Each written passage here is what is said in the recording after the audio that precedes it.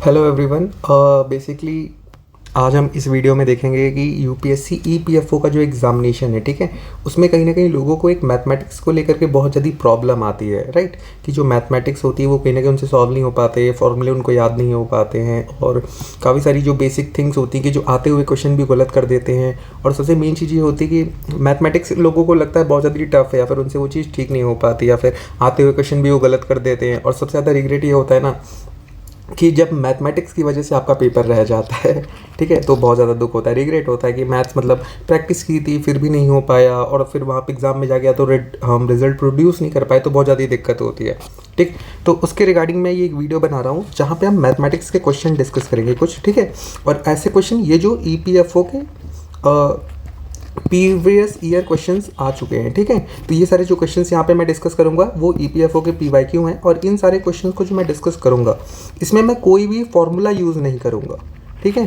तो ये बिना फॉर्मूले वाले सारे क्वेश्चंस होंगे, ऐसे क्वेश्चंस होंगे जो आप सिंपल लॉजिक से निकाल सकते हो, जहाँ पे आपको कोई भी फॉर्मूले की ज़रूरत नहीं है। अगर आपको सिंपल सा प्लस, माइनस, मल्टीप्लाई और डिवाइड, अगर ये चार चीज़ें आती हैं ना आपको, तो ये चार चीज़ों में ही आप पूरा मैथ का पेपर सॉल्व कर लोगे। और अप्रॉक्सीमेटली कम से कम मैं बता रहा हूँ ना, आप कहीं ना कहीं 20 से 25 मार्क्स अपनी गेन कर सकते हो, बढ़ा सकते हो। और उसे 20 से 25 मार्क्स में पता है एक इंसान की रैंक डिसाइड हो जाती है बहुत ऊपर की, तो 20 से 25 मार्क्स बहुत होते हैं। तो कहीं ना कहीं ये 20 से 25 मार्क्स ना आपके ईजिली आप इंक्रीज़ कर सकते हो, ये सिंपल बस एक लॉजिकली सोच करके, कि फॉर्मूले की कोई ज़रूरत नहीं है इसमें कि आपको फॉर्मूला याद करके जाना है या प्रैक्टिस करनी है, कुछ नहीं है। आपको सिर्फ अपना माइंड ओपन करके रखना है, सिंपल सी प्लस, माइनस, मल्टीप्लाई, डिवाइड, ये चार चीज़ें अगर आपको आती है, और आई थिंक ये सबको आती हैं, आपने अगर पढ़ाई की है, आपने अगर आप ईपीएफओ को एग्ज़ाम दे रहे हो, आपने ग्रेजुएशन की है, प्लस माइनस डिवाइड मल्टीप्लाई तो आता ही होगा आई थिंक। तो बस अगर आपको ये चीज़ें आती हैं तो किसी भी फॉर्मूले की ज़रूरत नहीं है, किसी भी क्या नाम है बड़े आपको टेस्ट सीरीज़ या फिर लगाने की ऐसे कोई ज़रूरत नहीं है। सिंपल सा थोड़ा सा लॉजिक लगाओ, थोड़े काल्म माइंड के साथ सोचो, और आपका जो आंसर है ना वो मैथ का सिंपली लॉजिकली आ जाएगा, सिर्फ सोच करके और इमेजिनेशन के बेसिस पे। एक इमेजिनेशन देखो इसमें बहुत ज़्यादा ज़रूरी है, क्योंकि मैथमेटिक्स ऐसी है ना एक सब्जेक्ट, मैथ्स में होते हैं फॉर्मूले चीज़ें, तो वहाँ पे आपको इमेजिन करना सबसे ज़्यादा ज़रूरी होता है। कि जब तक आप इमेजिन नहीं करोगे तब तक आप चीज़ों को सोच ही नहीं पाओगे, तो आपके मन में ना एक एक्स वाई करके फिगर चलती रहेगी, और वो चीज़ आपको कन्फ्यूज़न में डाल देगी पूरी, क्योंकि उस चीज़ से आप रिलेट ही नहीं कर पाओगे ना। तो सबसे पहले क्या चीज़ है कि आप मैथ्स में इंपॉर्टेंट है कि रिलेट करना, आप रिलेट करना सीखो, कि जो क्वेश्चन बोल रहा है वो बोल क्या रहा है, क्वेश्चन को समझना सीखो, ठीक है। तो इस जो आज की ये जो वीडियो है इसमें मैं पूरा आपको पूरी सारी चीज़ें बताऊंगा कि किस तरीके से आपको, जो सबसे पहला है कि रिलेट कैसे करना है क्वेश्चन को, ठीक है। दूसरी चीज़, उसको लॉजिकल कैसे सोचना है विथ इमेजिनेशन, इसमें इमेजिनेशन के बेसिस पे, जब तक इमेजिन नहीं करोगे चीज़ों को, अपने आप से रिलेट नहीं करोगे, तब तक आप उस चीज़ को सॉल्व ही नहीं कर पाओगे, ठीक है। और तीसरी चीज़ है क्या, सिंपल मैथ्स जो होती है, सिंपल मैथ्स जो होती है कौन सी, प्लस, माइनस, मल्टीप्लाई, डिवाइड, इन चार चीज़ों का यूज़ करके ही किस तरीके से हम 20 से 25 मार्क्स गेन कर सकते हैं अपने ये ईपीएफओ के एग्जामिनेशन में। और ये सिर्फ ईपीएफओ एग्जामिनेशन की बात नहीं कर रहा हूँ, ये सिंपल सा जो लॉजिक वाला एग्जामिनेशन है, जहाँ पर भी कोई भी ऐसा पेपर जहाँ पे 10th लेवल तक की मैथ्स आती है, ठीक है, उस एग्जामिनेशन पे आप ये सिंपल सा लॉजिक लगा करके आप अपना जो मैथ्स का पार्ट है ना वो ईजिली आप कर सकते हो, ओके। तो इस पर मैं एक सिंपल सा ये लेक्चर बना रहा हूँ, लेकिन इसमें ये होगा कि इसके लिए आपको थोड़ी सी प्रैक्टिस करनी पड़ेगी, थोड़ा सा खुले दिमाग से सारी चीज़ों को सोचना पड़ेगा, ओके। तो धीरे धीरे अगर आप करोगे, अभी भी देखो कितने 5 से 6 दिन बाकी हैं एग्ज़ाम को, ठीक है। 5 से 6 दिन नहीं यार, अभी 8 दिन बाकी हैं, 8 से 10 दिन बाकी है, ठीक है। तो इस 10 दिनों में आप क्या कर सकते हो कि मैथ्स की ये सिंपल सी चीज़ें होती हैं ना, मैं इसमें आपको कुछ लास्ट में कुछ क्वेश्चंस भी दे दूंगा, ठीक है। तो एक सिंपल से क्वेश्चंस होंगे जो आपको लगता है कि बिना फॉर्मूले के आप, मुझे लगता है कि आप कर सकते हो। दो क्वेश्चंस आप देख सकते हो कि रियल लाइफ से रिलेट करके कैसे चीज़ों को क्वेश्चंस फ्रेम करें और कैसे उसको सॉल्व करें, ठीक है। जब आप ये चीज़ करना स्टार्ट कर दोगे, खुद से क्वेश्चन फ्रेम करके उसको सॉल्व करना अगर चालू कर दोगे ना, तो ये चीज़ जो मैथ्स है ना ये आपकी बहुत ज़्यादा ईजी हो जाएगी। आपको कोई फॉर्मूले की ज़रूरत नहीं है, कोई टेस्ट सीरीज़ की ज़रूरत नहीं है, ठीक है, इस सॉल्व करने के लिए। तो no formula, no test series, कोई टेस्ट सीरीज़ वगैरह लगाना की ज़रूरत नहीं है, ऐसे ही कर लोगे। और तीसरी चीज़ है कि कोई भी आपको उतना डेटा शीट नहीं चाहिए इन चीज़ों के लिए आपको, ठीक है। एक ही चीज़ चाहिए, वो क्या है, कॉन्फिडेंस। आपको खुद पे कॉन्फिडेंस होना चाहिए कि ये क्वेश्चन आप कर लोगे, ठीक है। चलो ठीक है, तो स्टार्ट करते हैं। ओके, तो सबसे पहला क्वेश्चन जो है मैं 2017 से स्टार्ट कर रहा हूँ। तो यहाँ पे हम 2 ईयर के पेपर देखेंगे, और 2017 और 2021। ओके, तो इन दोनों पेपर में देखेंगे कि कितने क्वेश्चन आए हैं। तो जैसे 2017 इसमें देखो 1 2 3 4 5 6 7 8 9, ठीक है, 9 क्वेश्चन है जो 2017 से हैं। 9 लिख दे रहा हूँ मैं यहाँ। और 2021 से देखते हैं 1 2 3 4 5 6 7 8 9 10। तो अप्रॉक्सीमेटली 10 क्वेश्चन जो हैं ये 2021 के हैं, देख रहे हो। तो फिर इस पे हम डिस्कशन करते हैं, उसके बारे में फिर हम देखते हैं कि कैसे कैसे सॉल्व करना है। ओके, तो सबसे पहला क्वेश्चन देखते हैं हम। ये कब का है? ये है 2017 का है, ठीक है। क्वेश्चन नंबर 119 है। ये सेट आई थिंक सेट सी था, क्या है, सेट ए से उठाया है मैंने, मुझे याद नहीं है। ये मैथ्स का ही क्वेश्चन है, आया हुआ पेपर का, कि 3 पर्सन है ए बी सी जो एक बिजनेस रन करते हैं, ठीक है, एक साथ। और उनका जो शेयर है वो कहीं ना कहीं है 17%, 37% और 46%। और ये कहते हैं कि कोई भी प्रॉफिट जो होगा, एनी प्रॉफिट दे अर्न, वो डिस्ट्रीब्यूट होगा according to the proportion of their share, ठीक है। और ये कहते हैं if the difference of the profit between A and B is on a given date is 1000, what is the profit of C on that date, ठीक है। क्या कहना है कि ए बी और ए के बीच का जो प्रॉफिट का डिफरेंस है वो 1000 है, ठीक है। और तो इनका ये कहना है कि जो सी का प्रॉफिट है वो क्या होगा, ठीक है। अब देखो एक सिंपल से, कोई भी फॉर्मूला इसमें नहीं लगाएंगे हम लोग, सिंपल से सोच। 3% है, ए का कितना है 17%। एक मिनट और पेन में लाइट कर।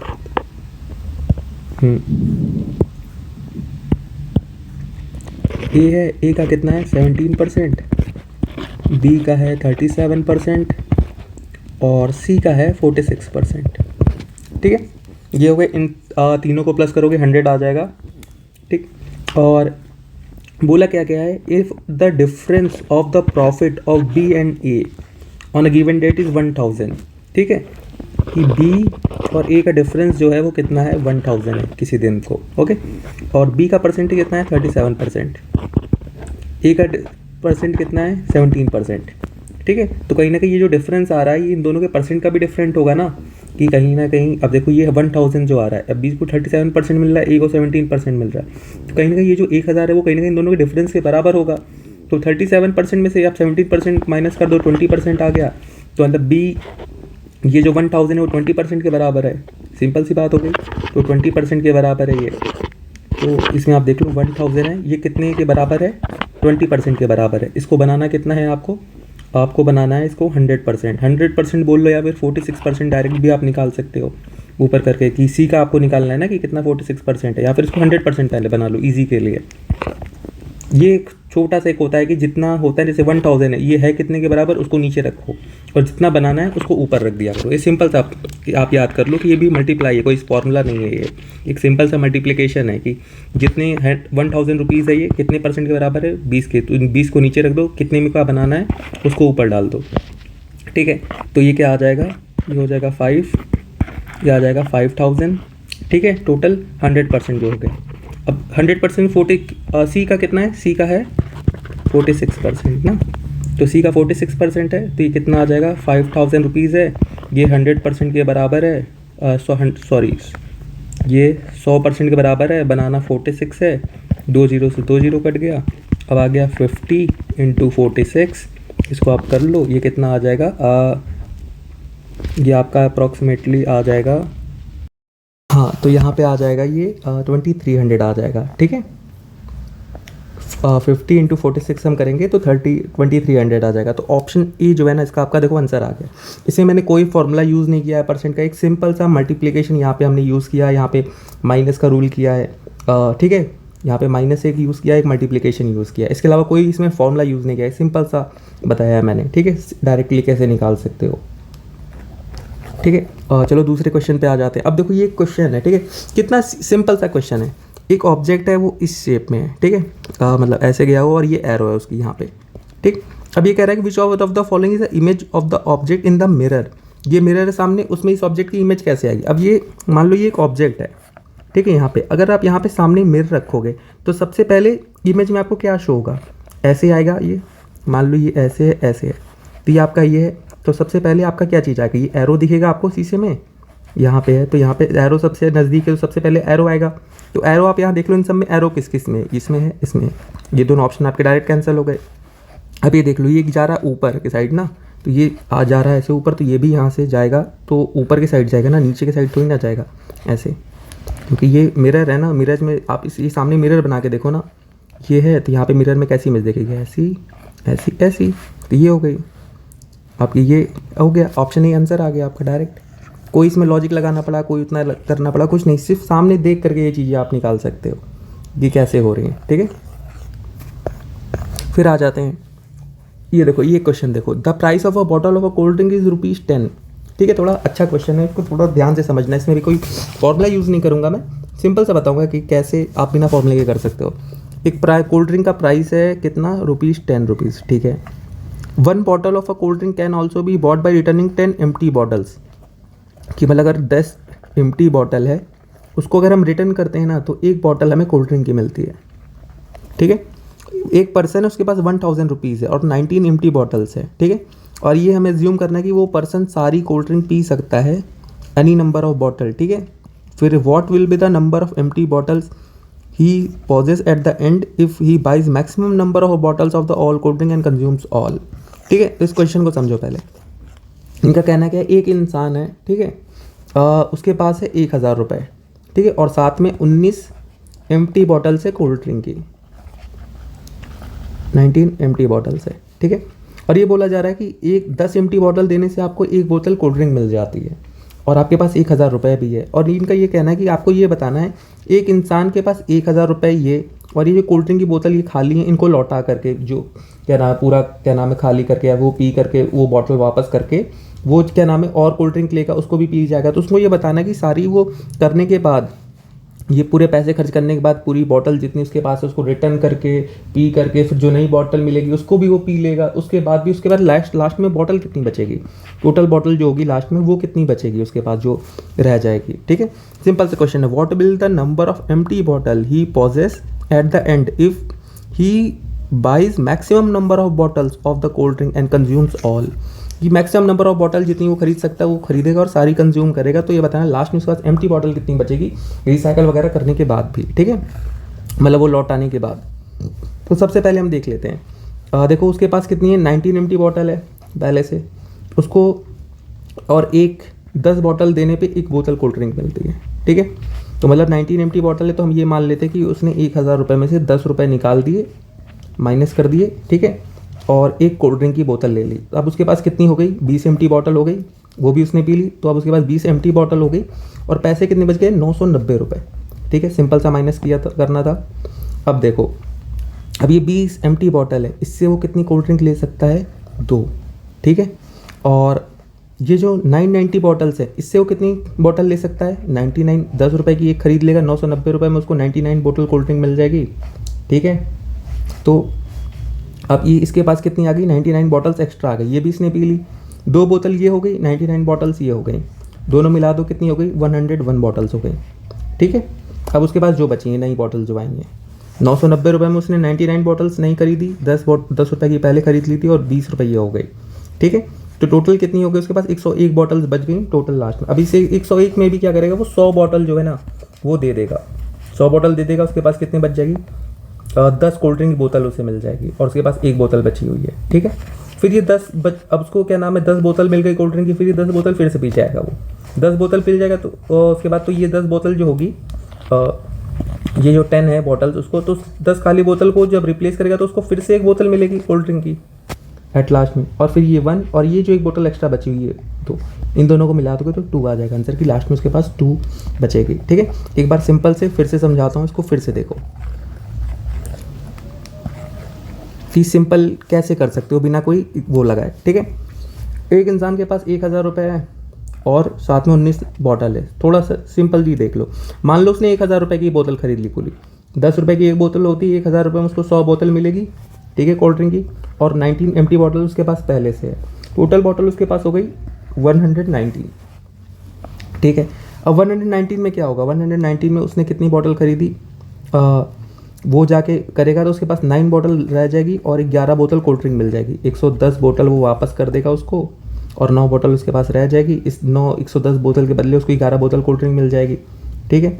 और सिंपली 11 और प्लस 2 9, टोटल उसके पास 20 बोतल हो जाएगी लेफ्ट, ठीक है। ये 11 जो नहीं आई है उसको पीने के बाद भी, तो 9 और 11 20 बोतल बच जाएगी। इस 20 बोतल को जब वो वापस करेगा उसको 2 बोतल कोल्ड ड्रिंक मिलेगी। उन 2 बोतल को पी जाएगा तो फिर उसके पास ये 2 बोतल खाली रह जाएगी, क्योंकि इसको तो रिप्लेस कर नहीं सकता, क्योंकि मिनिमम रिप्लेसमेंट करने के लिए 10 बोतल चाहिए, ठीक है। ये 2 बोतल सीधे से आंसर आ जाएगा आपको, अगर उतना नहीं सोचना उतना लंबा।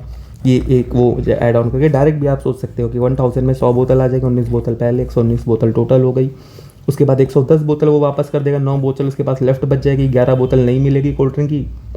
ये खुद आप सोचो ना कि अगर आप कोल्ड ड्रिंक लेने गए हो, ठीक है, ऐसे एग्जांपल में खुद को रख के सोचो कि मेरे पास इतने रुपए थे, इतना हिसाब तो कर सकते हो ना, दुकान पे सामान तो खरीदने जाते हो ना, सोच लो उस दुकान पे की स्कीम चल रही है ऐसी, ठीक है। खुद को रख के सोचोगे तो और आसानी होगी इन चीज़ों को समझने के लिए, ठीक है।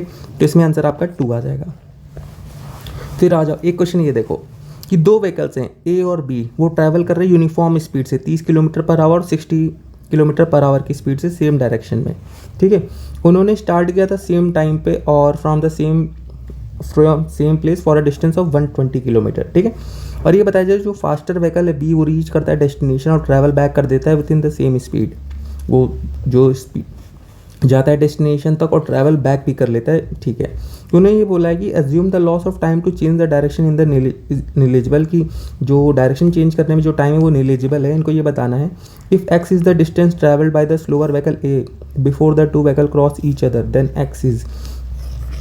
तो देखो मैं बताता हूँ इस क्वेश्चन में है क्या मतलब कि ए और बी, ठीक है, ये 2 गाड़ियाँ हैं, ठीक है, 2 कार हैं जो कि यूनिफॉर्म स्पीड पे जा रही हैं, ठीक है।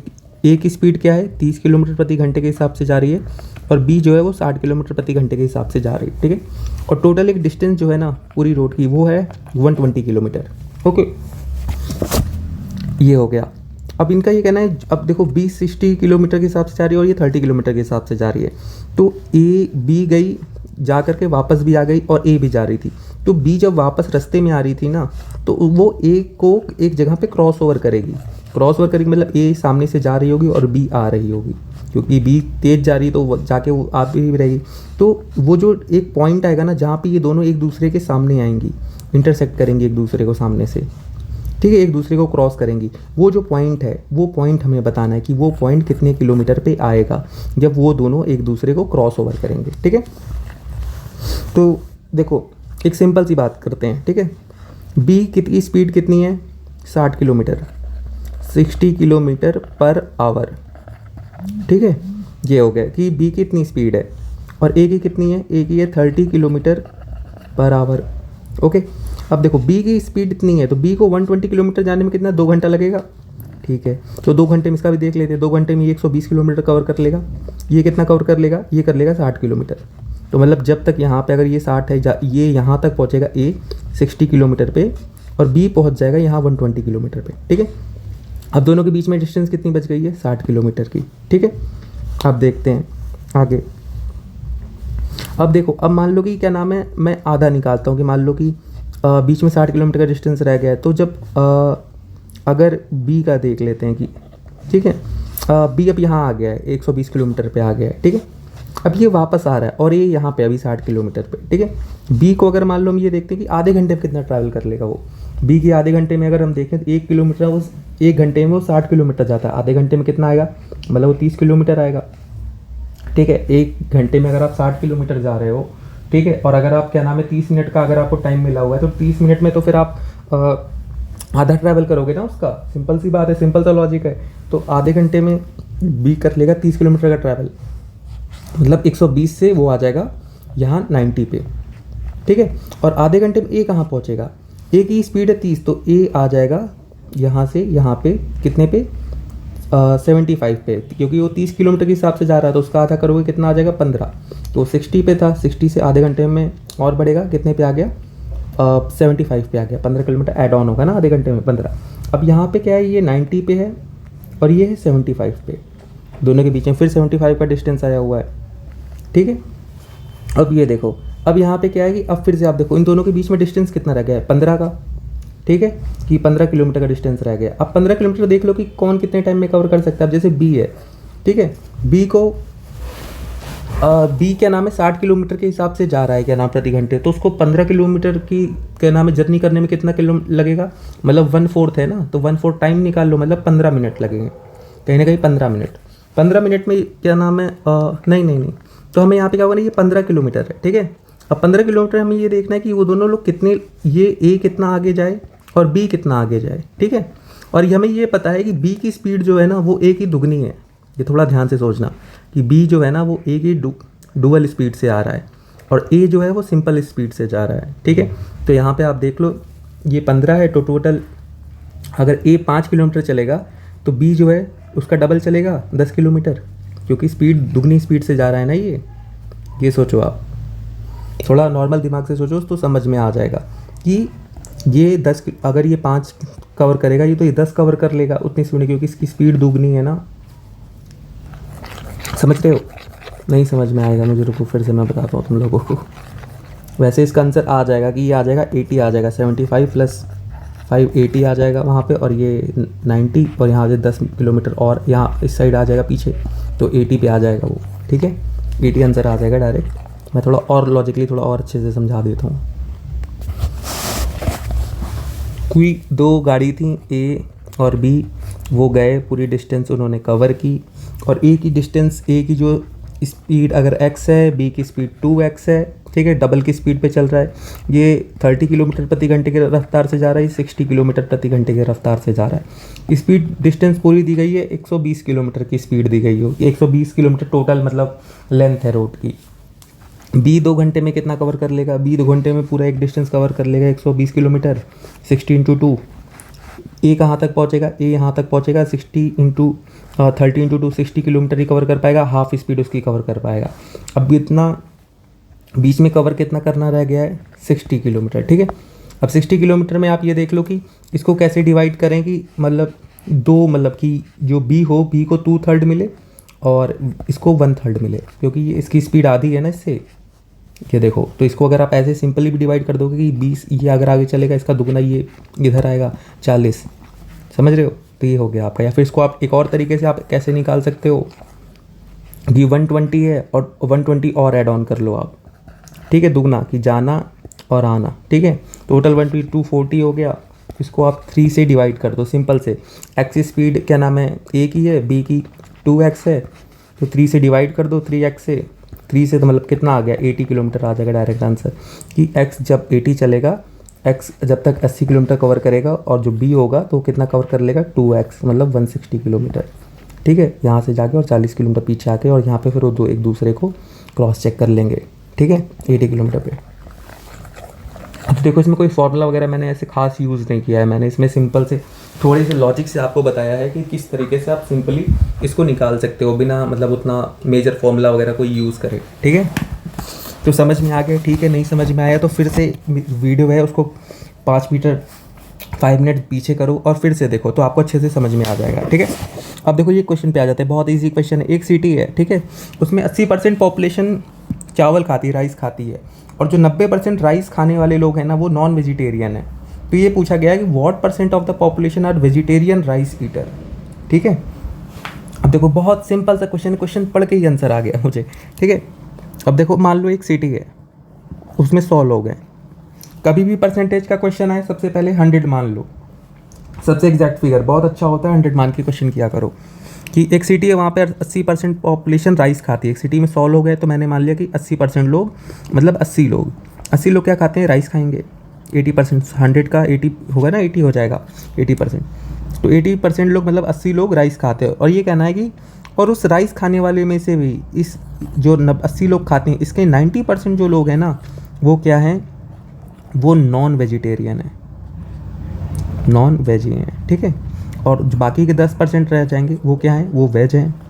सिंपल सी बात है। तो 80 का 90% कितना होगा 72, और 80 का 10% कितना होगा सीधे 8। सिंपल सी बात। तो क्या पूछा है, then what % of the population are vegetarian rice eater. तो वेजिटेरियन राइस जो खाते हैं ईटर वो कितने 8%, सीधे 8 आ गया। ये 8 लोग भी हैं और 8% में भी रहेगा, क्योंकि 100 के कंपैरिजन में आप निकाल रहे हो ना डायरेक्ट। देख लो सिंपल सा आंसर आ गया। इसमें आपको कोई कुछ नहीं करना था, सिंपल सा रीज़न। 80 लोग हैं, 100 लोग हैं जिसमें से 80 लोग राइस खाते हैं, उस 80 में से भी जो उसका 90% मतलब 72 लोग ऐसे लोग हैं जो कि नॉन वेजिटेरियन है, तो बच गए बाकी 10 लोग, और वो 10 लोग क्या खाएंगे, वेजिटेरियन होंगे। तो वेजिटेरियन को वही पूछा ही क्वेश्चन में आपसे कि 10% लोग हैं, तो 10% 80 का कितना हो जाएगा, 8। सिंपल सा आ गया।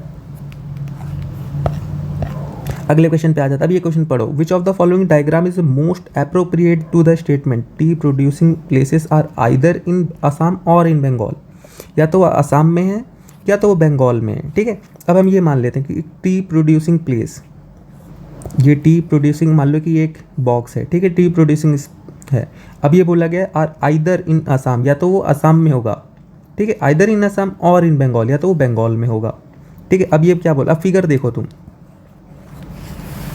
कि मान लो ये मान लेते हैं हम कि अगर ये जो सर्कल है ना, ये क्या है, टी प्रोड्यूसिंग स्टेट है, सर्कल जो डिनोट कर रहा है टी प्रोड्यूसिंग स्टेट को डिनोट कर रहा है, और ये जो बॉक्स है ना, ये स्टेट को स्टेट को शो कर रहा है, ठीक है। बस इतना आप सोचो, ये जो सर्कल है ना यहाँ इस फिगर में, सर्कल आपको टी प्रोड्यूसिंग स्टेट डिनोट कर रहा है कि यहाँ पे टी प्रोड्यूस होता है, और जो ये बॉक्स है ना स्क्वायर 2, ये क्या कर रहा है, ये स्टेट को कर रहा है, ठीक है। अब पहला फिगर देखो, पहला फिगर क्या कह रहा है कि टी प्रोड्यूसिंग स्टेट के अंदर दोनों स्टेट आ रहे हैं, मतलब टी प्रोड्यूसिंग एरिया के अंदर दोनों स्टेट आ रहे हैं, कि मतलब जो टी प्रोड्यूसिंग मतलब आसाम और बंगाल, ये दोनों टी प्रोड्यूसिंग एरिया के अंदर आते हैं। लेकिन स्टेटमेंट क्या कह रही है, वो आइदर इन आसाम और इन बंगाल, या तो आसाम में या तो बंगाल, ये दो गलत हो जाए क्योंकि कह रहा है दोनों आता है। अब ये क्या कह रहा है, ये कह रहा है कि टी प्रोड्यूसिंग एरिया या तो आसाम में है और बंगाल में नहीं है, बंगाल में है तो आसाम में नहीं, मतलब ये इसको इंक्लूड ही नहीं कर रहा है कि मतलब सिर्फ एक ही स्टेट में आसाम में है, बंगाल को इंक्लूड ही नहीं किया है। देख रहे हो, तो ये भी गलत हो गया।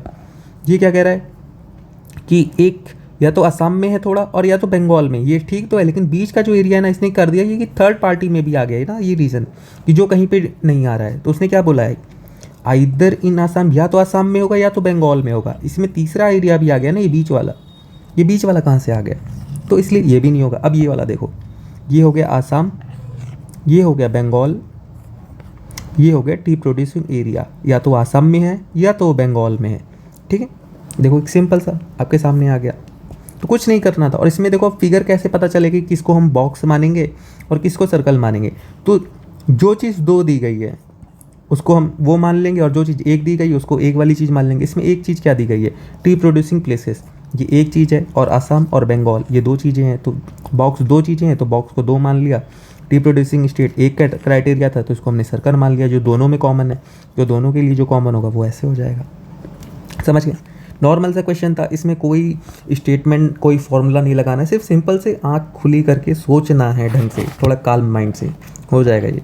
अब देखो एक अगला क्वेश्चन पे आ जाते हैं कि ये है कि एक क्रिकेट बैट है वो 20% डिस्काउंट पे ख़रीदा गया है, ठीक है, और जो सेलिंग प्राइस थी वो बैट की वो है 1000 रुपये।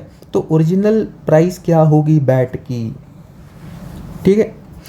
अब ये देखो आप क्या बोला गया है, एक बैट है वो 1000 रुपये का ख़रीदा गया है, ठीक है, और उस पर 20% डिस्काउंट दिया गया है, ये बोला जा रहा है, ठीक है।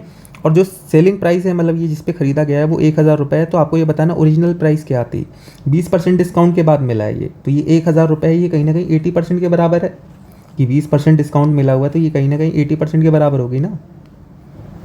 तो 1000 रुपये ये बराबर कितने का, अभी जो मैंने फॉर्मूला एक सिंपल सा बताया था ना, फॉर्मूला भी नहीं है, मल्टीप्लिकेशन है, कि 1000 रुपये हैं, 1000 रुपये कितने के बराबर हैं, ये 80 के बराबर है। बनाना कितना है हमें, 100 पूरा 100, तो इसको आप क्या नाम है, 0 से 0 कट जाएगा, ये आ जाएगा 5, ये आ जाएगा 4, 250 इंटू 5, ये आ गया 1250। सिंपल सा आपके डायरेक्ट सामने आ जाएगा आंसर, कुछ नहीं करना था इसमें, सिर्फ सिंपल सा सोचो। आप गए हो मार्केट, ठीक है, चलो इसमें अगर फॉर्मूला भी आपको लग रहा है ऐसा कि फॉर्मूला आ रहा है, तो आप ऐसे सोचो, आप गए हो मार्केट, आपको लेना है सामान, ठीक है, आप गए, आपने किसी से बार्गेन की, आपने मान लो आपको लेना था, आप ही गए हो क्या नाम है बाज़ार में, आप बैग लेने गए हो, अपना बैग लेने गए हो, तो आप बैग में आपने उससे 20% डिस्काउंट करा के फिर उसने आपको वो 1000 रुपये का सामान दिया है। 20% डिस्काउंट करने के बाद तो मतलब आपको जो मिला है वो कहीं ना कहीं सामान 80% में मिला है ना, ये तो ये 1000 रुपये जो आपने पे किए 80% के बराबर है। आपको करना क्या, आपको बस 100% क्या नाम है फाइंड करना है, जो पूरा पैसा था ये 180 क्या 1000 अगर 80% के बराबर है तो उसका 100% कैसे होगा, उसको बस आपको सिंपल सा मल्टीप्लाई करो, 1000 रुपये कितने के बराबर है, 80 के, बनाना कितना है 100, पूरा टोटल जितना प्राइस थी। तो बस इसको डिवाइड कर दो आप, सिंपल सा 5 4, ये हो जाएगा 250 और ये 5, ये टोटल मल्टीप्लाई हो जाएंगे 1250। ठीक है, कोई इसमें कोई फॉर्मूला लगा, कोई इसमें क्या नाम है ताम झाम लगा जो प्रॉफिट एंड लॉस के होते हैं, प्लस माइनस दुनिया भर के जो फॉर्मूले होते हैं रटने वाले, कुछ नहीं लगा। सिंपल सा सामने देख करके, सामने से चीज़ करके सिंपल सा मल्टीप्लाई कर दो, सारी आंसर आ जाएंगे। कोई इसमें उतना तुम्हें ताम झाम नहीं करना है, कोई इतने फॉर्मूले याद नहीं करने हैं बड़े बड़े, सिंपल सी चीज़ है। ठीक है, अगले क्वेश्चन पे आ जाते हैं। अगला क्वेश्चन ये कहता है कि the price of an article is increase by 20%। ये आर्टिकल की प्राइस जो है ना वो इंक्रीज़ हो गई है 20%, और ये बोला गया है वहाँ पे टैक्स भी लग रहा है 5% उस इंक्रीमेंट पे। ये जो 20% इंक्रीज़ हो रहा है इस पर 5% टैक्स लग रहा है। If the article cost 1331 to the consumer, कि 1331 क्या है, ये कंज्यूमर को हो रहा है। ठीक है, then what was the price of the article before the price increase. तो पहले ये जो 20% और ये जो 5% इसके ऊपर लग रहा है इसके, तो ये कितना मतलब हो रहा है टोटल। ठीक है, मतलब पहले प्राइस कितनी थी, ये तो 1331 ये जो प्राइस आ रही है ये बात की आ रही है कि ये पूरा चीज़ टैक्स लगने के बाद। तो ये पूछा रहा है कि जो ओरिजिनल प्राइस थी वो कितनी थी। ठीक है, खुद से ही समझ लो कि आपने रेस्टोरेंट में गए थे खाना खाने, एक रेस्टोरेंट में, फिर आपको पहले एक बार 20% टैक्स लगा, फिर इस टैक्स पे आपका 5% सेस चार्ज लगा। अलग तरीके का क्वेश्चन फ्रेम कर दे रहा हूँ, 5% सेस चार्ज लग गया, तो आपको ये बताना है टोटल आपका जो खाने का बिल था वो कितने का होगा। तो इसमें भी वही सिंपल सा फॉर्मूला मैथ वाला आपको लगाना है कि अब देखो पहले ये 20% और जो 50% है ना, इसको थोड़ा समझ लो। ये बोल रहा है कि ये जो एक आर्टिकल है ना, मान लो 100 रुपये का है, ऐसे समझने के लिए 100 रुपये का वो आर्टिकल था, उस पर 20% इंक्रीज़ हुआ, टैक्स लगा, तो आर्टिकल कितना हो गया 120 रुपये का। फिर ये बोला जा रहा है ना, फिर 5% टैक्स लगा है ऑन इंक्रीमेंट। ये अच्छे से पढ़ना, 5% टैक्स ऑन द इंक्रीमेंट, मतलब ये जो 20 रुपये बढ़े हैं ना, इस 20 रुपये पे 5% का एक्स्ट्रा टैक्स लगेगा, ना कि पूरे 120 रुपये पे। ऑन इंक्रीमेंट लिखा हुआ है, तो ये 20 रुपये जो बढ़े हैं ना इस पे लगेगा। तो ये कितना हो जाएगा, 120 था, 20 का क्या नाम है 5% कितना हो जाएगा, 10% 1 रुपये, कितना हो गया 121 कहीं ना कहीं ऐसे। तो मतलब समझ रहे हो, तो ये मैं बता रहा हूँ कि टोटल इंक्रीमेंट कितना हो गया, 21% का हो गया कंपेरिजन में। कि 5% लगाने के बाद अगर आपको ये देखना है कि एक सिंपल में कि अगर 20% था उस पर क्या नाम है 5% और लग गया तो कितना हो गया, तो 20% था उस पर एक 5% और लग गया, एक आ गया, तो कहीं ना कहीं 21 का कितना है 21%, समझ रहे हो।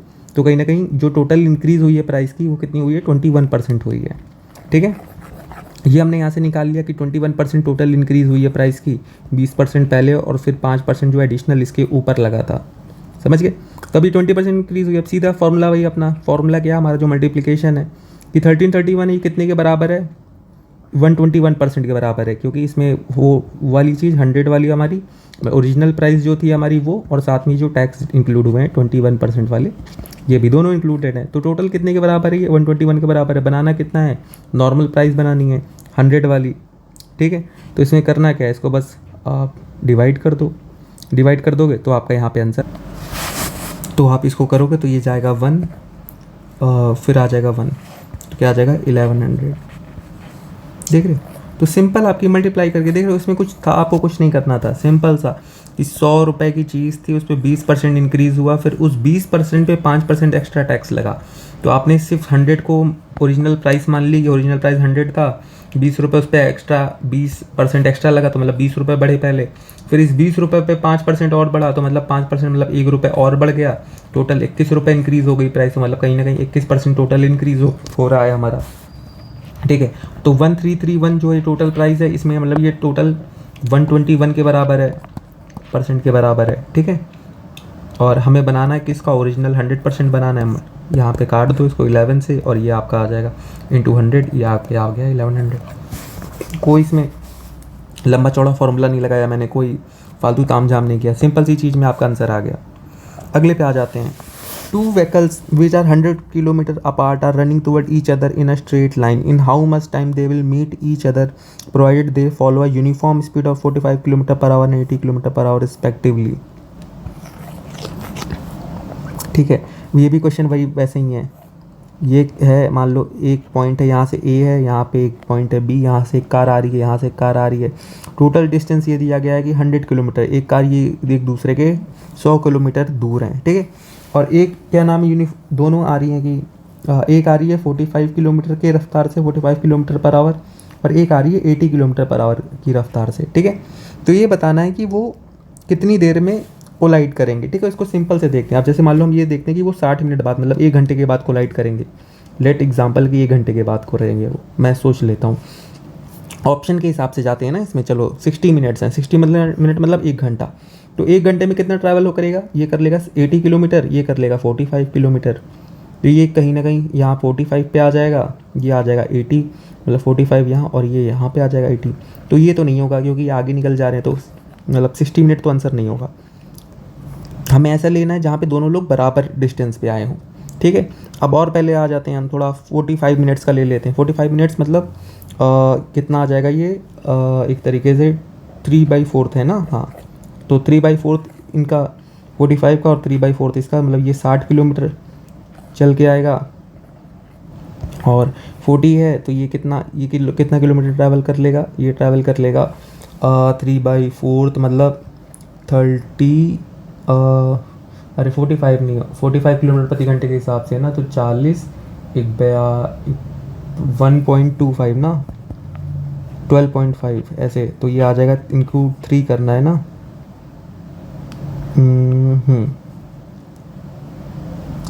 30 33, ये आ जाएगा अप्रॉक्सीमेटली 33.75। हाँ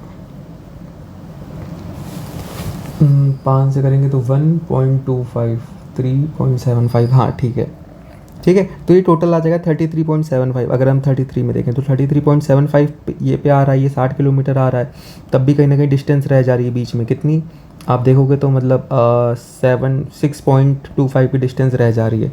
तो उसके बीच का सबसे आसपास का जो है ये 48 मिनट्स, ये आप सेलेक्ट कर लो, डायरेक्ट आपका आंसर आ जाएगा कि 48, कि इन दोनों के बीच में जो सबसे थॉट। बाकी इसको अगर आप वैसे डायरेक्ट भी आपको निकालना है सॉल्व करके, तो सॉल्व करके भी आप निकाल सकते हो।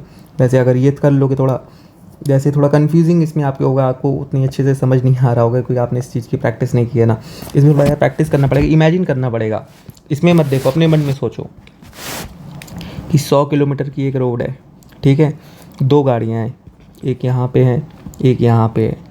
अब वो ये 45 किलोमीटर के रफ्तार से आ रही है, तो 1 घंटे में ये 45 किलोमीटर चलेगी। यहाँ पे ये 80 किलोमीटर रफ्तार से आ रही है, तो 1 घंटे का अगर होगा 60 मिनट, तो ये 80 किलोमीटर चली जाएगी यहाँ तक। तो फिर ये तो फिर कोलाइड ऑलरेडी कर चुकी होंगी ना, क्योंकि ट्रैवल कर चुकी, इनको बीच में यहाँ कहीं मिलना है। तो 60 मिनट तो आंसर नहीं होगा, सिंपल सी बात है। तो आप सिंपल से ले लो। अब इसमें आप ये वाला उठा लो। अब जैसे 55 मिनट्स उठा लो आप एक बार लगा करके। 55 मिनट्स में जैसे आपने कितना पार्ट में आ जाएगा, ये आ जाएगा 11/12 पार्ट, ठीक है। तो ये कितने 45 किलोमीटर के हिसाब से चल रही है, इसको 11/12 पार्ट निकाल लो, इसका निकाल लो। ये भी आपको थोड़ा कंफ्यूजिंग हो जाएगा ये क्वेश्चन आप लोगों के लिए, लेकिन यही है कि अगर थोड़ा सा इसमें प्रैक्टिस करोगे ना, बिना फॉर्मूले के, ये बहुत ईजी से निकल जाएगा, बहुत आसानी से निकल जाएगा। समझने के लिए ऊपर है, जो लोग समझ गए होंगे उनको आ भी गया होगा कि 45 मिनट्स में जो डिस्टेंस जो है वो दोनों थोड़ी सी कम हो जा रही है 6.75 की, तो कोलाइड नहीं कर पा रहे हैं। 60 मिनट्स में डिस्टेंस ज़्यादा हो जा रही है, तो ये ऑलरेडी कोलाइड कर चुके हैं, तो ये नहीं होगा। 55 मिनट्स की अगर आप बात करो, 55 मिनट्स में भी क्या नाम इनका अप्रॉक्सीमेटली ये आगे निकल जाएंगे, मतलब कोलाइजन जो यहाँ होना था, लेकिन ये कार यहाँ आ गई, ये यहाँ पे आ गई। तो बीच में हम गए, बीच का पॉइंट चाहिए, तो बीच का पॉइंट कहाँ पे है, 48 मिनट्स का है, ठीक है। तो चलो अगले क्वेश्चन पे आते हैं। आप देखो ये अब तक जो हमने डिस्टेंस की है ना, ये देखो ये टोटल 9 क्वेश्चन है। अगर मैं मान लेता हूँ कि 8 क्वेश्चन आपको आ जाते हैं, इसमें से आप 8 भी कर लेते हो आसानी से, तो देख रहे हो एक क्वेश्चन आपका होता है 2.5 मार्क्स का, तो 8 क्वेश्चन आपके हो जाएंगे सीधे सीधे। आप देख लो 8 × 2.5, तो ये अप्रॉक्सीमेटली आपके हो गए 20 नंबर। 20 नंबर आपको सीधे सीधे मिल रहे हैं, एक क्वेश्चन अगर आपका नहीं हो रहा तो भी, ठीक है। तो ये फ्री के मार्क्स होते हैं, ये बिना फॉर्मूले वाले हैं कि कोई इसमें फॉर्मूला नहीं लगाया आपका उतना खास, ये फॉर्मूला आपको पढ़ के जाना है, रट के जाना है, उसमें लगाने हैं। अब देखो 2021 में आ जाते हैं। 2021 में देखो कितना है कि एवरेज वेट जो है क्या नाम है 100 बच्चों का क्लास में 46 kg है, और जो एवरेज वेट है बॉयज़ का और जो गर्ल्स का are 50 kg and 40 kg respectively है। What the difference between the number of boys and the girls, हमें ये बताना है कि डिफरेंस क्या है नंबर ऑफ बॉयज़ और गर्ल्स के बीच में। सिंपल सा सोचो, एक क्लास में 100 बच्चे हैं, ठीक है, तो उनका एवरेज वेट कितना आ रहा है, एवरेज वेट आ रहा है 46, ठीक है, तो मतलब टोटल वेट कितना हो जाएगा 100 बच्चों का, वो हो जाएगा 4600। सिंपल सी बात है ना। अब ये क्या बोला गया, अब ये बोला गया the average weight of boys and the girls are 50 and 40 kg, कि जो गर्ल्स बॉयज़ हैं, बॉयज़ का एवरेज वेट कितना है 50 kg और गर्ल्स का कितना है 40 kg, ठीक है। तो अगर हम ये मान लें कि 50 लड़कों की, हम मान लेते हैं कि चलो सिंपल से कि क्या नाम है एक नंबर होगा ए, मान लेते हैं कि चलो कोई भी, और बी को अपने मन में मान लो कि 40 है, लड़की का नंबर बी होगा, इन दोनों का टोटल जो सम होगा ना मिला के, ये total number, total weight of boys, total weight of the, ये बॉयज़ का अगर 50 kg एवरेज है तो टोटल के नाम में कितना हो जाएगा 50 नंबर ऑफ बॉयज़ ए मान लेते हैं, बी गर्ल्स जो है 40 kg उनका एवरेज है, तो टोटल वेट कितना हो जाएगा 40 into number of girls B मान लेते हैं, तो 40 ए प्लस 40 बी कितना आ जा रहा है 4600 टोटल वेट है ये हमारा। तो हमें बस ये डिसाइड करना है कि ए और बी की वैल्यू ऐसी क्या रखें कि 4600 आ जाए, मतलब 50 को ऐसे किस नंबर से मल्टीप्लाई करें और 40 को ऐसे किस नंबर से मल्टीप्लाई करें कि 4600 आ जाए। तो सिंपल से सोचो ना आप कि आपको यहाँ पे 4600 लाना है। अब 5 की टेबल में तो 6 वाला ऐसा कोई सीन आता नहीं है, आप 4 के टेबल में देख लो, जैसे 4 4 जा 16 आता है, ठीक है, तो अगर आप 40 है, इसको क्या नाम है आप यहाँ पे 40 रख देते हो, कितना आ जाएगा 4 4 1600 आ जाएगा, 50 है।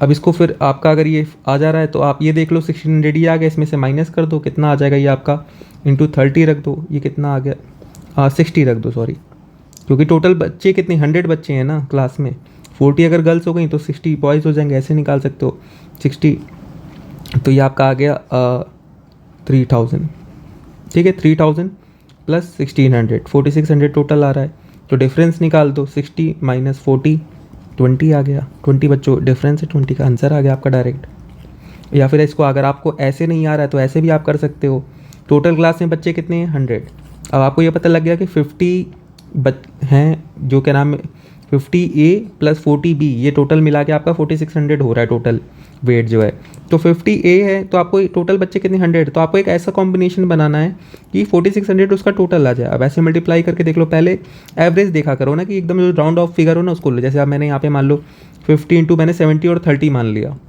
कि 70 30 है, 70 प्लस 40 इंटू 30 कितना आ गया ये 5 से 35 3500 प्लस 1200 कितना आ रहा है 4700 आ जा रहा है आंसर। तो मतलब ये बराबर नहीं है, तो मतलब ये नहीं होगा। फिर आप और आ जाओ 50-50 आप करके एक बार रख के देख लो, 50 इंटू 50 प्लस 40 इंटू 50 कितना आ जाएगा 2500 प्लस 40 इंटू 50 2000 4500 आ गया। तो मतलब एक से आपका ज़्यादा आ जा रहा था, एक से आपका कम आ जा रहा है, 4500 आ रहा है, तो मतलब वो जो होगा ना वो कहीं ना कहीं उसके बीच में होगा। बीच वाला कौन सा नंबर है 50 इंटू 60 प्लस 40 इंटू 40, इसको कर लो और ये आ जाएगा 3000 प्लस 1600 4600 आ गया। ठीक है, तो सिंपल सा अपना इमेजिनेशन करके रखो अपनी चीज़ों को, थोड़ा सा दिमाग लगाओ, कोई फॉर्मूला इसमें नहीं लगाना है आपको, सिंपल सा अपना दिमाग लगाना है कि सारा टोटल वेट जो है अगर 4600 है तो उसमें ऐसा क्या नंबर रखूं कि मतलब वो 50 इंटू ये हो जाए करके, जिससे आपका ये आंसर आ जाए। बहुत सिंपल तरीके से आपका आंसर निकल जाएगा, इसमें कोई मतलब बड़ी मैथ नहीं है, कोई फॉर्मूला इसमें रटने वाली बात नहीं है। ठीक है, अब अगले क्वेश्चन पे आ जाते हैं। अगला क्वेश्चन देखो, 40% of the student in a class from India and 50% are girls. ये क्लासेस में फिर से परसेंट जहाँ पे आए तुरंत 100 मानो, किसी भी चीज़ को टोटल को हमेशा 100 मानो कि एक क्लास है उसमें 100 बच्चे हैं, तो 40% इंडियन है, 40% इंडियन है मतलब 40 बच्चे इंडिया से हैं, और ये बोला जा रहा है 50% गर्ल हैं, मतलब 50% गर्ल हैं। ठीक है, मतलब 50 लड़कियां हैं, गर्ल्स हैं। If 25% of the Indian student are girls, 25% of Indian student are girl, मतलब 40 का 25% क्या है वो गर्ल हैं, मतलब 40 का 25% कितना होता है 1/4, मतलब 10, मतलब 10 लड़कियां जो हैं, 10 गर्ल्स जो हैं वो इंडियन हैं। तो मतलब 50, अभी हमने देखा कि 50 गर्ल्स जो हैं वो टोटल गर्ल्स हैं, तो मतलब 10 गर्ल अगर इंडियन हो गई तो मतलब 40 गर्ल जो होंगी वो फॉरेनर होंगी। ये हम अलग से लिख लेते हैं कि 40 गर्ल जो हैं फॉरेनर हैं। क्या पूछा है, what are the percentage of non Indian students are boys, कि तो नॉन इंडियन स्टूडेंट क्या है, नॉन इंडियन स्टूडेंट जो कि बॉयज़ हैं। अब एक क्लास में 40% इंडियन है, मतलब 60% इंडियन बच्चे हैं, तो 40% 60% कितने हो गए, फॉरेनर हो गए, नॉन इंडियन हो गए मतलब। तो ये कितने हो जाएंगे, 60 बच्चे हो जाएंगे टोटल। और लड़कियां कितनी हैं, लड़कियां हैं 50, 50 में से 10 लड़कियां जो हैं वो इंडियन है। बाहर की कितनी लड़कियां हो गई, 40 की। तो 60 में से 40 तो लड़कियां ही हो गई, तो बच गए कितनी, 20। तो 20 क्या नाम है आपका ये आ गया, ठीक है। तो नंबर ऑफ क्या नाम है जो boys, non boys, non Indian boys, ठीक है। और ये जो 20 है ये टोटल 60 का पूछा ना, व्हाट परसेंट पूछा है, what percent of non Indian student, total students नहीं पूछा है, what percent non Indian student. तो 60 का 20 कितना है, 1/3 है ना, 1/3 कितना होता है, 33.13%, ये होता है 33.33%। सिंपल था, इसमें कोई मैथ लगी कुछ नहीं लगा, सिंपल से बस इमेजिन करना था, प्लस माइनस किया है मैंने, मल्टीप्लाई किया है, डिवाइड किया है, इसके अलावा और कुछ नहीं किया है, ठीक है। नहीं समझ में आया फिर से वीडियो पीछे करो, फिर से उसको देखो, 1 बार 2 बार 3 बार देखो, अपने आप समझ में आ जाएगा, बोल कह रहा हूँ मैं। अब ये क्वेश्चन देखो, ये क्वेश्चन में भी कोई फॉर्मूला नहीं है, इसको बस थोड़ा लॉजिक से आप निकाल सकते हो। जैसे 2 वेट दिया गया हुआ, वेट 1 और वेट 2, ठीक है। और ये बताया जा रहा है वेट 1 जो है वो 2 आयरन बॉल्स का है ना, आयरन बॉल का यहाँ पे वेट दिया हुआ है, ठीक है।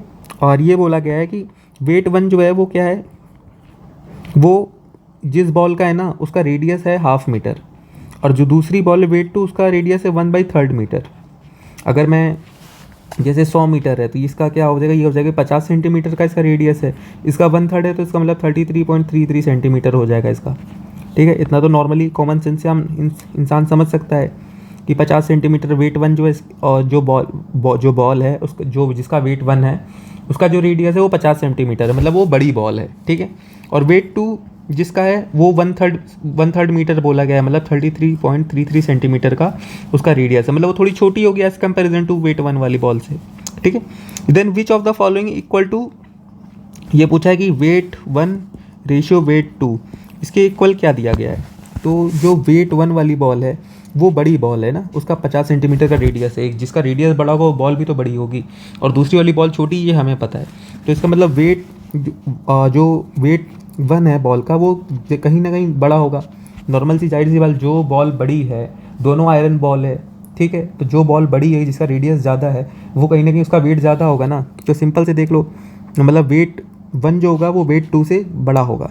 तो इसमें देखो जो रेशियो जिनमें वेट 1 छोटा दिया हो उसको आप डायरेक्टली काट दो, पहले 8 × 27 और ये 4 × 16, ये दोनों आप कट जाएगा आपका, क्योंकि इसमें आपका जो वेट 1 है वो वेट 2 से छोटा दिया हुआ है ना, यहाँ पे 8 दिया हुआ है, यहाँ पे 4 दिया हुआ है, बल्कि वेट 2 को बड़ा। तो ये दोनों क्वेश्चन आपके डायरेक्ट वो मतलब ऑप्शन डायरेक्टली आप काट सकते हो।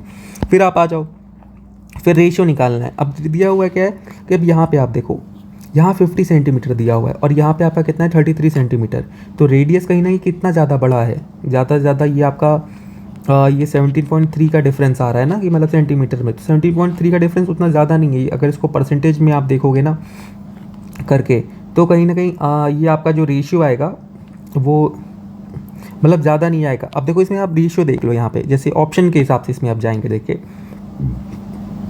अब यहाँ पे एक ऑप्शन दिया हुआ है 27:8 का, और एक ऑप्शन दिया हुआ है 16:4 का। मतलब इसका क्या, इस ऑप्शन का मतलब क्या हुआ, लास्ट वाले ऑप्शन का देखो 16:4, मतलब जो वेट 2 है ना वो वेट 1 जो है ना वो वेट 2 का 4 गुना है, ये कहना। और इस यहाँ पे क्या कह रहा है कि जो वेट 2 है 8 है, वो पहले वाले का कितना है 3 पॉइंट समथिंग है, क्योंकि 8 3 24 होता है, हाँ मतलब 3 पॉइंट समथिंग है, और यहाँ पे बोल रहा है 4x है। और यहाँ पे डिफरेंस देखो कितना है, डिफरेंस तो मतलब 4x का तो नहीं है ना, जो जाहिर सी बात है जब यहाँ डिफरेंस क्या नाम है उसका 4x नहीं है, तो वेट कैसे 4x का डिफरेंस हो जाएगा वेट में, क्योंकि बॉल तो दोनों सेम ही है। तो कॉमन लॉजिक से आप इस ऑप्शन को काट सकते हो कि 16:4 नहीं होगा और ये 27:8 आएगा। समझ गए? नहीं समझे तो फिर से समझो, फिर से वीडियो को पीछे करो और देखो, ठीक है। जो मैंने अभी बोला है कि वेट 1 जो है वो वेट 2 से, ये ऑप्शन कह रहा है कि ये इसका 4x है। 4x कैसे हो जाएगा जब उसमें डिफरेंस ही क्या नाम है सिर्फ 17.3 का है, तो 4x का डिफरेंस कैसे आ जाएगा, आप ये बताओ ना। कि 4x का मतलब समझ रहे हो डिफरेंस आने का मतलब कि ये अगर 33 है तो इसको कहीं ना कहीं कितना होना चाहिए, इसको होना चाहिए अप्रॉक्सीमेटली 60-65 के करीब होना चाहिए, तो जाके फिर 4x का डिफरेंस होता। ठीक है, मतलब एक कॉमन सेंस की बात कर रहा हूँ कि जो बॉल बड़ी है भाई उसका वेट ज़्यादा होगा और जो छोटी है उसका वेट कम होगा, तो जो बड़ी वाली उसका रेशियो ज़्यादा होगा। ठीक है, तो ऐसे करके आप सीधे आंसर निकाल सकते हो इसमें। अगले क्वेश्चन पे आ जाते हैं। ये क्वेश्चन भी आसान है कि average age of husband and wife was 23 year ago when they were married 5 year ago. तो आज से 5 साल पहले हस्बैंड और वाइफ की जो एवरेज एज थी वो 23 ईयर थी, मतलब 23 ईयर थी एवरेज एज उस टाइम पे। कितने लोगों की थी? 2 लोग की। टोटल एज कितनी हो गई? 46 ईयर। ठीक है, और ये आज कब से थी? 5 ईयर एगो। ठीक है, तो आज कितनी हो जाएगी? 5 ईयर हस्बैंड की प्लस 5 ईयर वाइफ की, टोटल मिला के कितनी हो जाएगी? 56 ईयर हो जाएगी टोटल एज आज करंट में। करंट में कितनी हो जाएगी? 56 ईयर टोटल एज। क्या बोला गया है फिर आगे? The average age of the husband and the wife and their child is 20 year now. ठीक है, अब क्या बोला जा रहा है? आज 20 ईयर एज है, कितने लोगों की? 3 लोगों की मिला करके। ठीक है, टोटल एज कितनी हो जाएगी? मतलब आज के टाइम पे 60 ईयर्स।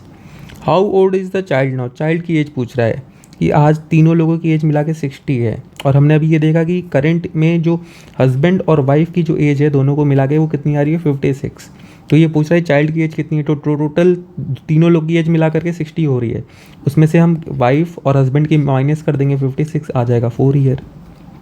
आपका आंसर आ गया डी। सिंपल सा, कोई इसमें फॉर्मूला लगा नहीं लगा, कोई लगा, मतलब सिर्फ प्लस माइनस करा है मैंने आपके साथ। अब तक जितने क्वेश्चन करे उसमें सब में मैंने सिर्फ प्लस माइनस मल्टीप्लाई और डिवाइड करा है, कोई वैसा खास फॉर्मूला नहीं लगाया है, कोई इतना ताम झाम नहीं किया है मैंने, सिर्फ कॉमन सेंस और थोड़ा क्या नाम है ये प्लस माइनस। ठीक है, इसी से आंसर आ रहा है। अगला क्वेश्चन आ जाते हैं। ये देखो, सपोज करो कि x और y दो पॉजिटिव इंटीजर हैं सच दैट कि x is reduce by 2 and y is increase by 2। क्या बोला जा रहा है? इसमें थोड़ा आपका फॉर्मूला आ सकता है, फॉर्मूला भी नहीं आएगा, मतलब जो क्वेश्चन बोल रहा है क्वेश्चन के हिसाब से ही जाना है आपको कि x और y दो पॉजिटिव नंबर है, x को अगर हम रिड्यूस करते हैं 2 से तो y क्या है? y इंक्रीज हो जाता है +2, y 2 से इंक्रीज हो जाता है, और जो रेशियो है वो बन जाता है 2:1 कि x में से अगर हम 2 माइनस करते हैं और तो y में से y में 2 प्लस हो जाता है। ठीक है, हाँ, और इनका जो रेशियो ये बोल रहा है वो हो जाता है 2:1 का। फिर आगे क्या बोला है? और जब x को हम 2 से इंक्रीज़ करते हैं तो y का क्या नाम है जो है y रिड्यूस हो जाता है 2 से, उनका रेशियो क्या हो जाता है? 3/1 का, 3:1 का। ठीक है, अब ये बोल रहा है कि which of the following is equal to the x minus y, तो हमें x माइनस वाई की वैल्यू निकालनी है। तो यहाँ पे ये तो पता ही होगा कि क्रॉस मल्टीप्लाई हो जाता है जब अगर इसे इक्वल टू लगा होगा।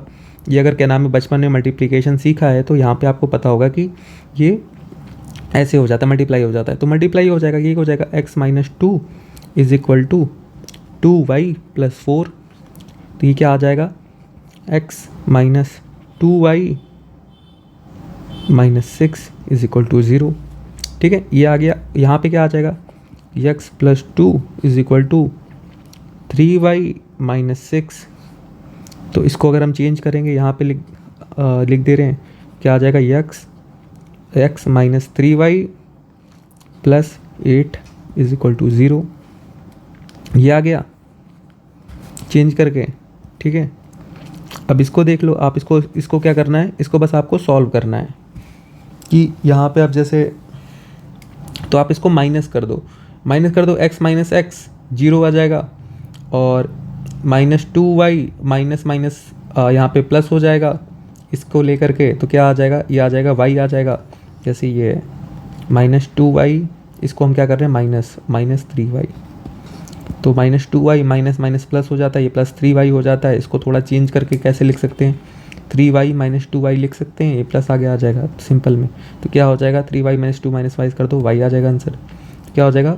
y, और यहाँ पे क्या हो जाएगा? सेम चीज़ यहाँ पे होगी, -6, और ये प्लस है तो माइनस माइनस हो जाएगा, तो ये -14 हो जाएगा is equal to 0। y is equal to 14 आ गया, सिंपल सा आंसर कि y की वैल्यू 14 आ गई। अब क्या करना है? इसी y को आपको क्या करना है? बस इसमें पुट कर देना है, ये जो फॉर्मूला है, किसी में, दोनों में से किसी में भी कर दो।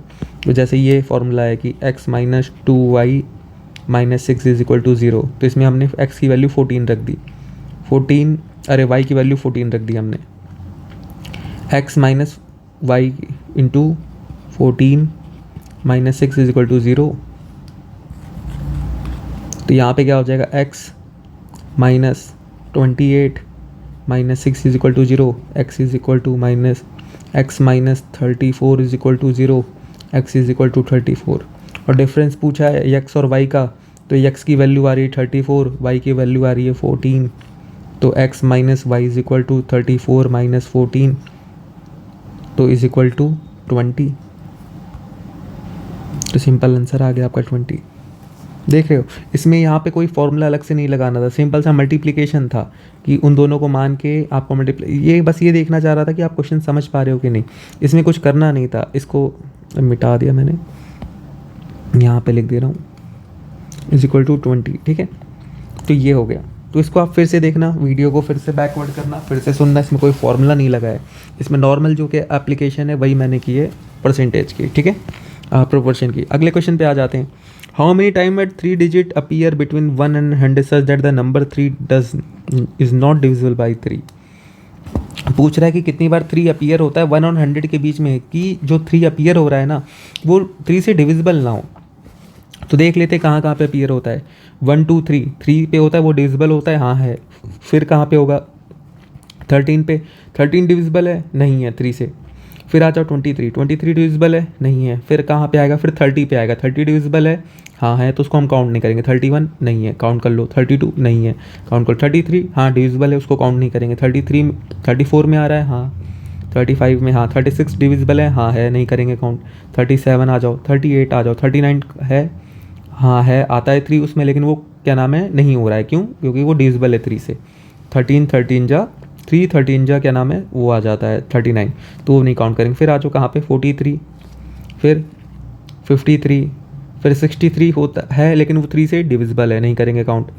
73, 83, 93 डिविजिबल है, हाँ है, तो उसको भी काउंट हम नहीं करेंगे। कितना आ गया, 1 2 3 4 5 6 7 8 9 10 11 12 आ गया आंसर आपका 12। सिंपल सा काउंट करके, सिर्फ काउंटिंग करनी थी, इसमें कोई फॉर्मूला नहीं लगाना था, कुछ नहीं करना था, सब कुछ आपका डायरेक्ट था। अगला क्वेश्चन आ जाओ। एम जो है, ये क्वेश्चन देखो कितना सिंपल सा है। ये बोल रहे हैं कि एम जो है वो 60 ईयर ओल्ड है, आर जो है वो 5 साल छोटा है एम से, 5 ईयर जूनियर टू एम, तो 5 ईयर जूनियर मतलब 55 साल का आ गया। 4 ईयर सीनियर टू वी, ये आर जो है वी से 4 साल बड़ा है, तो मतलब वी की एज कितनी आ गई, 41 होगी, 51 होगी, तभी तो 4 साल बड़ा है। और ये बोला जो यंगेस्ट ब्रदर है वी का, वो बी है, और वो 6 साल जूनियर है वी से। जो हाँ बी क्या है, B, and he is 6 year junior to V, मतलब वी से 6 साल छोटा है। इसकी 151 है, तो इसकी एज कितनी आ जाएगी, 45। अब ये पूछ रहे हैं what is the age difference between M और बी, एम और बी के बीच में एज और डिफरेंस क्या है। तो M minus B is equal to 60 minus 45 is equal to 15। 15 साल का डिफरेंस आ गया, 15 आंसर आ गया आपका डायरेक्ट। कोई इसमें फॉर्मूला लगा था, सिर्फ स्टेटमेंट को पढ़ के आपका आंसर आ जा रहा है, कि अगर आप ढंग से स्टेटमेंट वहाँ पे पढ़ लो। Which of the following is the average of all prime number between 13 21 and 55। अगर आपको प्राइम नंबर पता है तो ये क्वेश्चन आप आराम से कर सकते हो।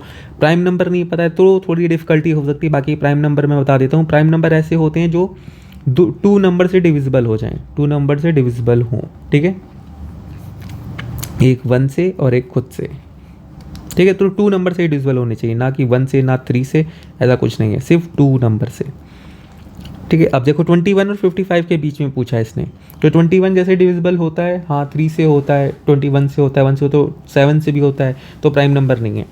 तो 22 ले लो, 22 भी नहीं होगा। 23 तो हाँ 23 है प्राइम नंबर। 24 नहीं है, 25 नहीं, 26 नहीं है, 27 है, 28 नहीं है, 29 है, 30 नहीं है, 31 है, 32 नहीं है, 33 नहीं है, 34 नहीं है, 35 नहीं है, 36 नहीं है, 37 है, 38 नहीं है, 39 नहीं है, 40 नहीं है, 41 है, 42 नहीं है, 43 है, 44 नहीं है, 45 नहीं है, 46 नहीं है, 47 है, 48 नहीं है, 49 है, नहीं है, 7 की टेबल में आ जाता है, 46 47 है, 48 नहीं है, 49 नहीं है, 50 और 51 आई थिंक 51 17 की टेबल में आ जाता है, 3 की टेबल में आ जाता है, 51 भी नहीं होगा,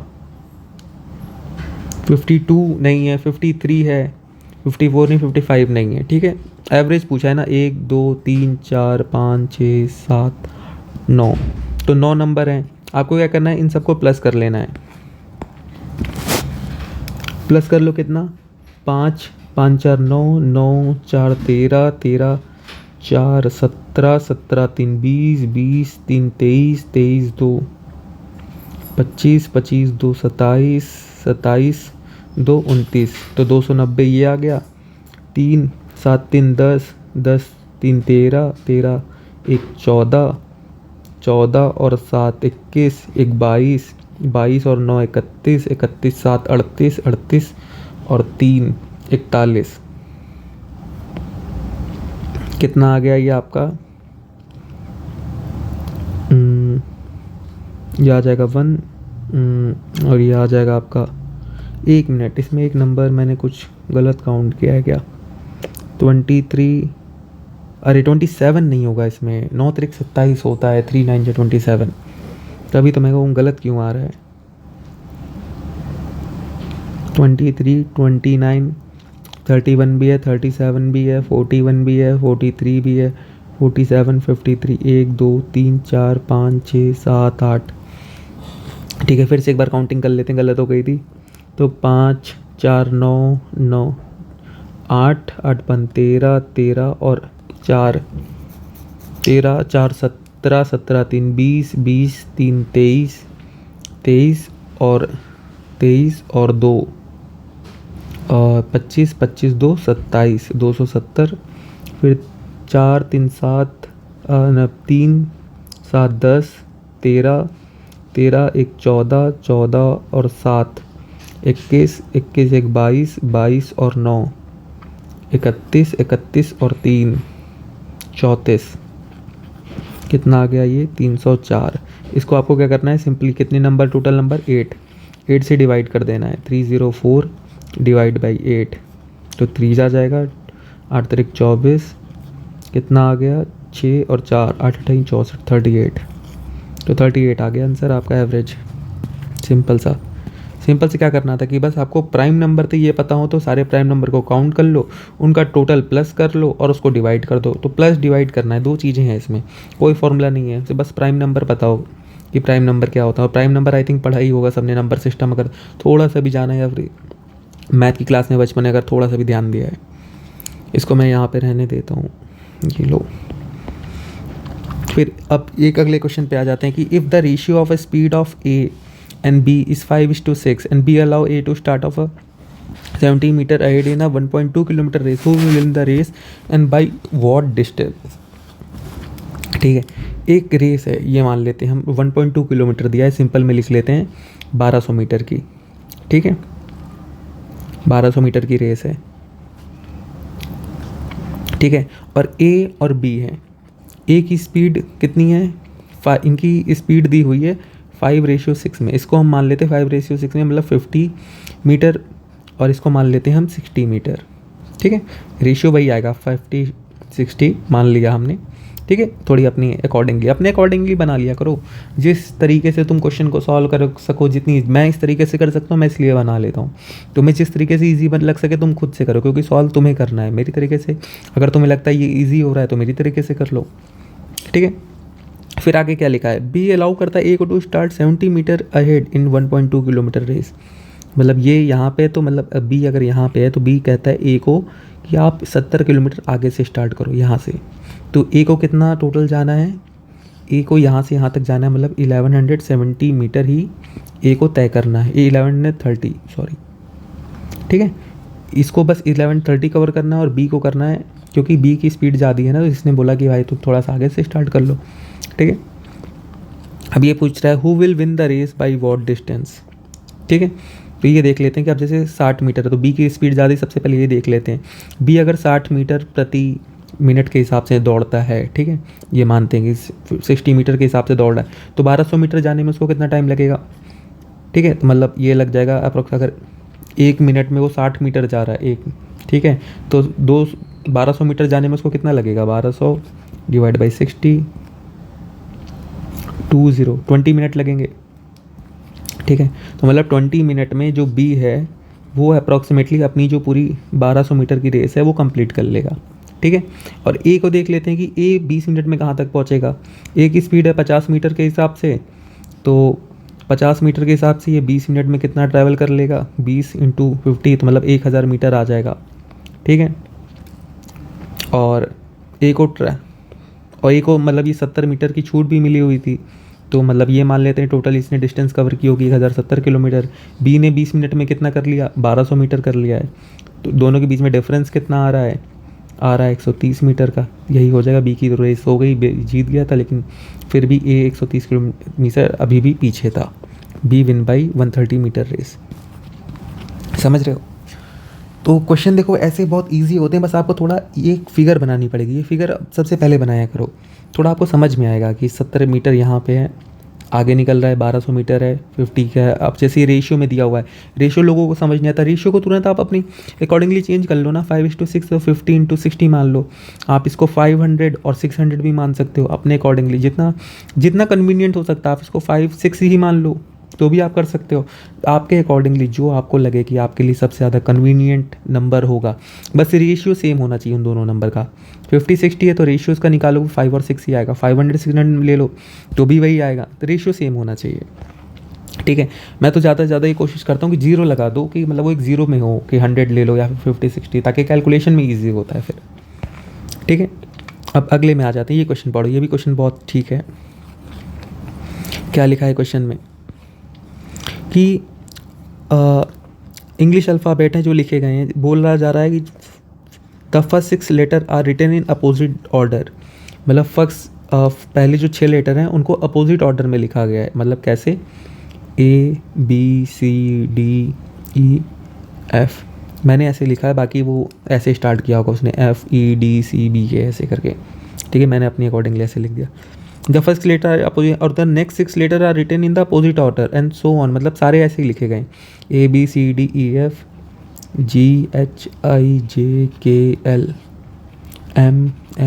MNOPQR STUVWXYZ। और क्या बोला गया, eight the and y is interchange with z। तो y z के साथ इंटरचेंज हो रहा है, हाँ हो रहा है। y को यहाँ आना था, z यहाँ आ गया, ZY चेंज है आपस में, ठीक है। Which one of the following is the 4th letter to the right of the 13th letter. 13th letter के राइट में 4th लेटर कौन सा है, ये हमें देखना है। तो सिंपल से गिन लो, 13 लेटर कौन सा है, 1 2 3 4 5 6 7 8 9 10 11 12 13, आर आ गया 13 लेटर। अब इसके राइट में पूछा है 4th लेटर, 1 2 3 4 एन आ गया आपका आंसर सीधा, 4th letter of the name. समझ लो? तो देख रहे हो ये क्वेश्चन करने में कुछ हुआ, इसमें भी देखो 10 क्वेश्चन हमने सॉल्व कर लिए, ठीक है, बिना किसी फॉर्मूले के। ये 2021 का था, मैंने 2017 का पेपर डिस्कस किया, उसमें हमने 9 क्वेश्चन ऐसे डिस्कस किए जो कि, तो मतलब टोटल आते ही हैं 11 से 12 क्वेश्चन आते हैं, जिसमें से आप 9 से 10 क्वेश्चन तो ऐसे सिंपल से कर सकते हो कि जहाँ पे आपको सिंपली लॉजिक लगा करके और ओपन माइंड से सोच के, ठीक है। और ये अगर आपको ये प्लस माइनस मल्टीप्लाई और डिवाइड आता है, अगर आपने सिर्फ इतनी चीज़ें पढ़ी हैं बिना किसी फॉर्मूले के, आप आराम से ये 20 से 25 मार्क्स जो होते हैं ना यार, ये बहुत क्रूशियल होते हैं, ये आपकी रैंक पूरी डिसाइड कर देंगे पूरा ऊपर तक, ठीक है। आपको इंटरव्यू देना है कि नहीं, ये EPFO का अगर देना है तो इसकी प्रैक्टिस चालू कर दो रोज़। अगर 2 से 3 घंटे भी प्रैक्टिस करोगे ना, कितने 8 दिन, मैं मान लेता हूँ कि 8 दिन बाकी हैं, आज 24 हो गई है, हाँ 2 को पेपर है, चलो मैं और कम मान लेता हूँ कि सिर्फ 6 दिन ही है।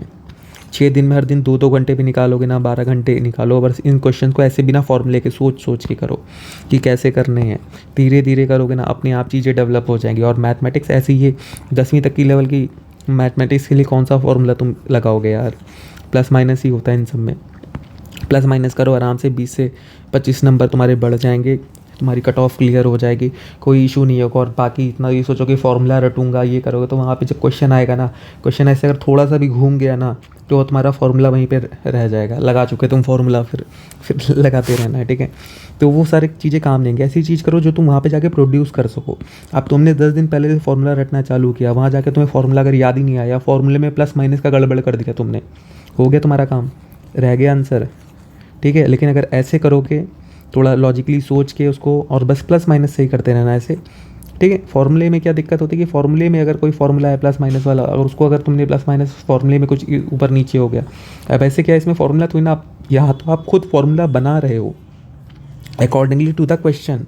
तो खुद जब आप फॉर्मूला ये ऐसे आप बनाने लगते हो ना खुद से अकॉर्डिंग टू द क्वेश्चन, की क्वेश्चन की डिमांड क्या है, उसके बेसिस पे आपने एक फॉर्मूला वहीं पे क्या जनरेट करा, और उस जनरेशन के अकॉर्डिंगली फिर आपने उसमें वैल्यू सारी पुट करके आंसर लिख करके आओ, ठीक है। तुरंत ये बहुत आसान होता है, धीरे धीरे करोगे लेकिन तभी आएगा प्रैक्टिस।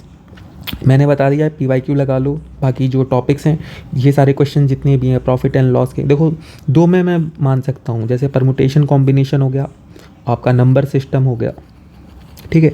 इन 2 चीज़ों में कहीं ना कहीं मुझे ऐसा लगता है कि फॉर्मूले बहुत कम लगते हैं। परमुटेशन कॉम्बिनेशन में लॉजिक तो लगता है, लेकिन मतलब वो लगाना बहुत मुश्किल होता है, नॉर्मली आप लगा नहीं सकते अगर आपको थोड़ा सा बैकग्राउंड नहीं पता है। और नंबर सिस्टम में तो बहुत कम होता है कि आप मतलब लॉजिक के हिसाब से चले जाओ, क्योंकि नंबर सिस्टम थोड़ा मुश्किल होता है, उसके लिए आपको फॉर्मूले याद होने चाहिए, ठीक है। तो इसीलिए मैंने वो सारी चीज़ें डिस्कस भी की नहीं किया। मैंने नंबर सिस्टम का इसमें कोई क्वेश्चन भी नहीं डिस्कस किया जिसमें फॉर्मूला लगता हो। तब भी देखो मतलब 9 क्वेश्चन ऐसे थे जो 2017 में थे, और 10 क्वेश्चन ऐसे जो 2021 में है। तो कहीं ना कहीं 9 क्वेश्चन मतलब कितने आ गए, 22.5 मार्क्स, देन मतलब 25 मार्क्स, 2.5 मार्क्स का एक पेपर क्वेश्चन होता है। देख रहे हो 25 मार्क्स मिल रहे हैं तो बहुत ऊपर निकल जाओगे, ठीक है। तो इसकी प्रैक्टिस करो। बाकी जो चीज़ें होंगी कमेंट सेक्शन में मुझे बता देना, या फिर टेलीग्राम पे तुम मुझे मैसेज कर देना, वहाँ पे मैं अगर देखूँगा हेल्प आउट कर पाया तो मैं कर दूँगा, ठीक है। तो चलो ठीक है, बाय बाय, थैंक यू। बाकी निकल जाएगा, इशू मत लो, प्रैक्टिस करो, हो जाएगा। हाँ, और बाकी मैं ये भी सोच रहा था कि अभी 6 दिन बाकी रह गए EPFO के लिए, तो कुछ इंपॉर्टेंट चीज़ें जो मुझे लगती हैं कि अगर आप कर लो कि जिससे आपका अगर की एरियाज़ जो हैं, इसके लिए मैं एक डेडिकेटेड एक और वीडियो लेकर के आ जाऊँगा। कि मैथ का तो देखो मैंने ऐसे बता दे रहा हूँ, लेकिन और भी जो सेगमेंट्स हैं, जैसे कंप्यूटर हो गया, इंग्लिश हो गया, साइंस हो गया, बाकी मैंने एक वीडियो और डाल रखी है जहाँ पे मैंने 2021 का लाइव पेपर सॉल्व किया आपके सामने, कि ऑन द एग्जामिनेशन हॉल कैसे लाइव पेपर सॉल्व करना है वहाँ पे, कि किस तरीके से क्या माइंडसेट रखना है। तो वो चीज़ें मैंने आपको बता रखी हैं वहाँ पे, ठीक है। 2017 का किया है, सॉरी मैंने अभी 21 का मुझे करना था, 21 की मैंने डाली नहीं है वीडियो। मैंने 2017 का किया था, लाइव किया था सामने ही वहीं पहली बार। 21 का भी अभी मैंने पेपर खुद भी सॉल्व नहीं किया, अभी मैंने बस आज उठाया था ये मैथ के क्वेश्चन के लिए। तो मैं भी अभी वो सॉल्व करूँगा तो सामने ही उसको रिकॉर्ड करके मैं अपलोड कर दूँगा कि कैसे उसको अप्रोच करना था, ठीक है। तो फिर बाकी चीज़ें आप देख लेना, बाकी कोई क्वेरी होगी तो मुझे बता देना, टेलीग्राम पे मैसेज कर देना, ठीक है। चलो बाय।